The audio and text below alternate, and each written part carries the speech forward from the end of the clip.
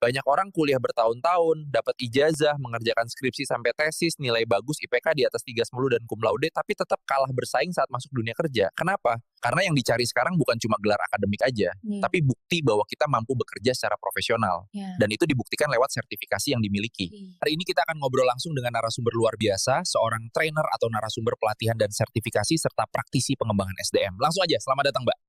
Halo Mas, halo semua. Senang banget bisa ngobrol di sini. Jadi pelatihan itu sebenarnya proses pembelajaran. Kita dilatih untuk menguasai kompetensi tertentu. Sedangkan sertifikasi itu pengakuan formal dari lembaga resmi kalau kita memang kompeten. Contohnya di Indonesia ada BNSP.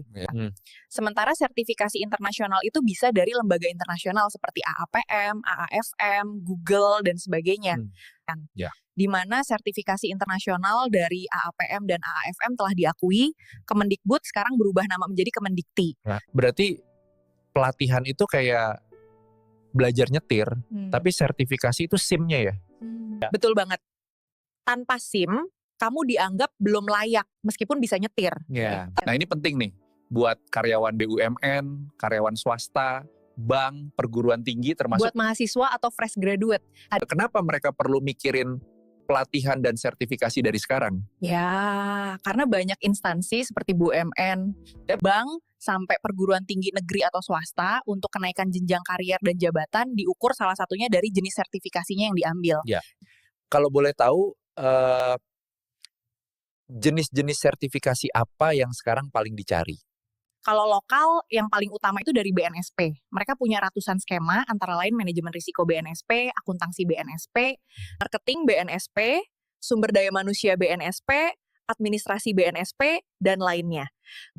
Kalau internasional, contoh sertifikasi populer, Risk Management, Finance Management, Accounting and Auditor, Human Resource Management, Digital Marketing, Strategic and Quality Management, Project Management, Fraud and Investigator, Supply Chain, Entrepreneur, dan sebagainya. Dan itu bisa diambil oleh siapa aja? Ya, asal ikut pelatihan dan siap ikut uji kompetensi. Oke Mbak, sekarang yang paling penting, apakah ini benar-benar berdampak ke karier dan penghasilan? 100% berdampak di beberapa industri, punya sertifikasi bikin kamu lebih cepat dipromosikan. Bahkan, banyak instansi kasih insentif. Gaji lebih tinggi buat yang punya sertifikat kompetensi dan kenaikan jenjang jabatan diukur dari jumlah sertifikat kompetensi yang dimiliki. Ada contohnya? Misalnya di sektor pertambangan, konstruksi, atau migas dan bank, kamu nggak bisa masuk kalau belum punya sertifikat manajemen risiko BNSP, akuntansi BNSP, dan manajemen sumber daya BNSP. Itu syarat mutlak. Kalau aku mahasiswa dan pengen mulai ikut pelatihan bersertifikat, langkah awalnya gimana? Pertama, tentukan bidang yang kamu minati atau sesuai jurusan. Kedua, cari lembaga pelatihan resmi yang terdaftar di BNSP atau mitra internasional. Ketiga, ikut pelatihannya dengan serius, siapkan uji kompetensinya. Keempat, pilih trainer dan narasumber seperti yang disediakan oleh PT Hutama Handris Indonesia.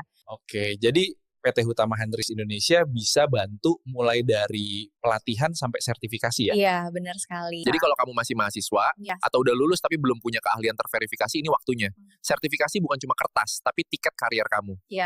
Dan ingat, dunia kerja nggak nanya kamu lulusan mana ya, tapi kamu bisa apa itu lewat sertifikasi apa yang telah dimiliki.